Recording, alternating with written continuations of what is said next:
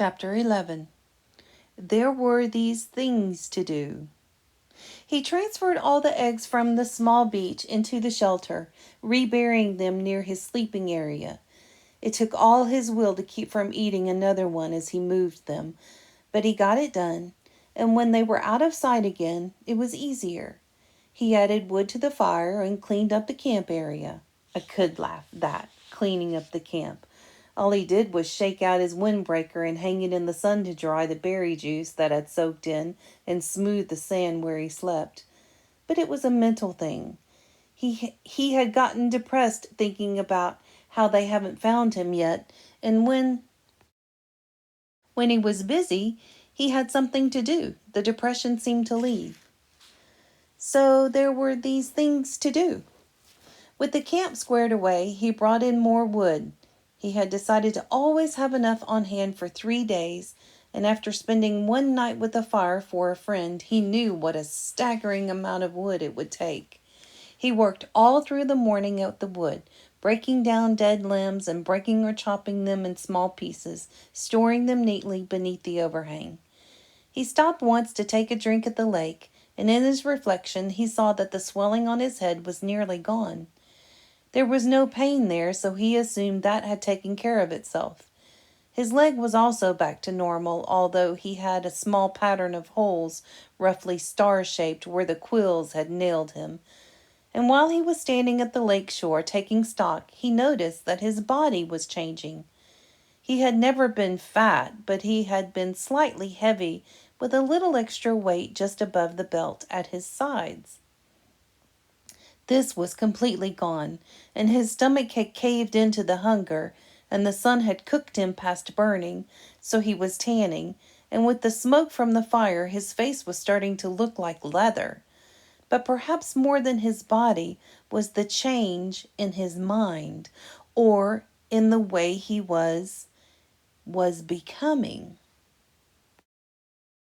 I am not the same, he thought. I see, I hear differently.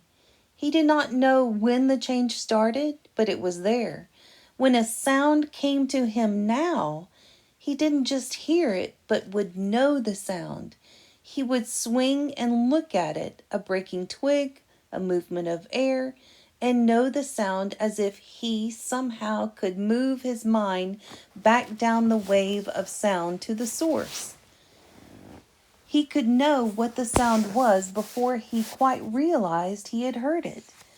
And when he saw something, a bird move a wing inside a bush or a ripple on the water, he would truly see that thing, not just notice it as he used to notice things in the city. He would see all parts of it, see the whole wing, the feathers, see the color of the feathers, see the bush, and the size and shape and color of its leaves. He would see the way the light moved with the ripples on the water, and see that the wind made the ripples and which way the wind had to blow to make the ripples move in that certain way. None of that used to be in Brian, and now it was part of him, a changed part of him, a grown part of him. And the two things, his mind and his body, had come together as well, had made a connection with each other that he didn't quite understand. When his ears heard a sound or his eyes saw a sight, his mind took control of his body. Without thinking, he moved to face the sound or sight, moved to make ready for it, to deal with it. There were these things to do. When the wood was done, he decided to get a signal fire ready. He moved to the top of the rock ridge that comprised the bluff over his shelter and was pleased to find a large flat stone area. More wood, he thought, moaning inwardly. He went back to the fallen trees and found more dead limbs, carrying them up to the rock until he had enough for a bonfire. Initially, he thought of making a signal fire every day, but he couldn't. He would never be able to keep the wood supply going. So while he was working, he decided to have the fire ready, and if he heard an engine or even thought he heard a plane engine, he would run up with a burning limb and set off the signal fire. things to do. At the last trip to the top of the stone bluff with wood, he stopped, sat on the point overlooking the lake, and rested. The lake lay before him, 20 or so feet below, and he had not seen it this way since he had come in with the plane. Remembering the crash, he had a moment of fear, a breath-tightening little rip of terror. But it passed, and he was quickly caught in the beauty of the scenery. It was so incredibly beautiful that it was almost unreal. From his height, he could see not just the lake, but across part of the forest, a green carpet, and it was full of life. Birds, insects, there was a constant hum and song. At the other end of the bottom of the L, there was another large rock sticking out over the water, and on top of the rock, a snaggly pine had somehow found food and grown, bent and gnarled. Sitting on one limb was a bluebird with a crest and sharp beak, a kingfisher. He thought of a picture he had seen once, which left the branch while he watched and dove into the water. It emerged a split part of a second later. In its mouth was a small fish, wiggling silver in the sun. It took the fish to a limb, juggled it twice, and swallowed it whole. Fish. Of course, he thought. There was fish in the lake, and they were food, and if a bird could do it. He scrambled down the side of the bluff and trotted to the edge of the lake, looking down into the water. Somehow it had never occurred to him to look inside the water, only at the surface. The sun was flashing back up into his eyes, and he moved off to the side and took his shoes off and waded out 15 feet. Then he turned and stood still, with the sun at his back, and studied the water again.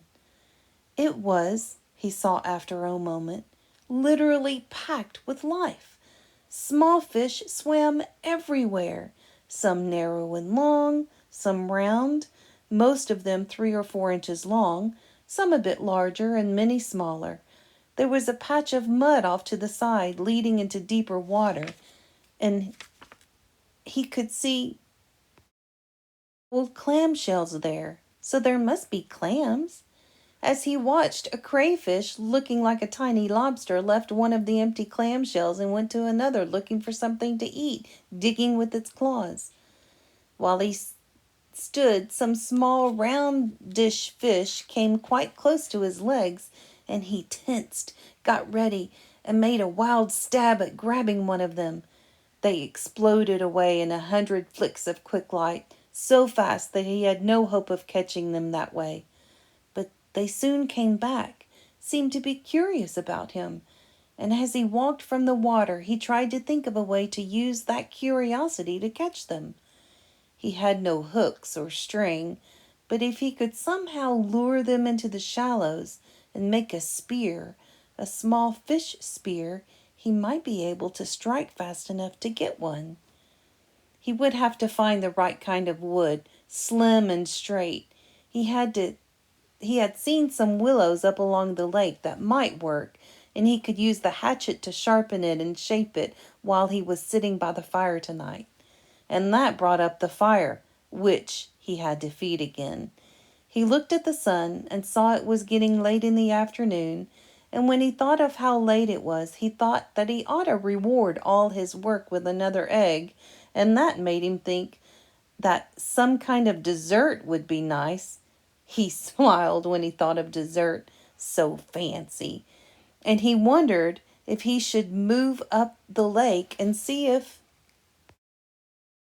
he could find some raspberries after he banked the fire, and while he was looking for the right wood for a spear. Spear wood, he thought, and it all rolled together, just rolled together and rolled over him. There were these things to do.